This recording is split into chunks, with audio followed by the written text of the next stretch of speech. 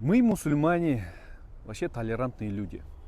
Но, к сожалению, вот соседи наши, россияне, да, вышли протестовать за то, что мусульмане хотят построить мечеть в городе Москве. В Костино-Ухтомском районе Москвы прошла акция против строительства мечети. Главным организатором выступил Андрей Ткачук, активист, ранее позиционирующий себя как спаситель русского народа от насильной исламизации. Я хотел бы сказать, дорогие православные, если вы действительно православные, будьте миролюбивы, будьте добрыми, как говорится в Библии, в вашем священном писании. У нас вот в Казахстане существует много наций и много религий. В Алмате у нас есть мечети, церкви, синагоги и другие божественные дома. Все они живут в мире и счастье.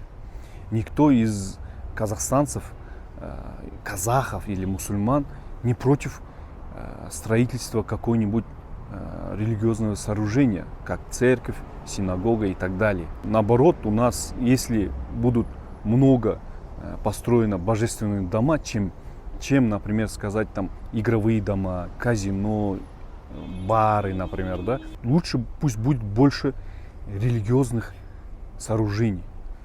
Я призываю вас, дорогие россияне, быть мудрым, потому что у вас в России тоже много наций, много религий и многонациональная федеративная страна. Сколько мусульман, например, сейчас воюют ради вас, ради России, да, с Украиной. Те же дагестанцы, чечены, башкиры, татары, казахи. Они же не говорят, мы там не хотим воевать за русских, за православов. Так что, когда надо, вы используете мусульман, а когда не надо, вы против ислама. У вас в России, как мы знаем, погода суровая, зима, 6 месяцев, дожди, а верующие молятся на улицах, снаружи, и где там снег и слякоть. Так что будьте добры, будьте понимающими, потому что ваши священные места, к сожалению, пусты. Но это огорчает и нас также.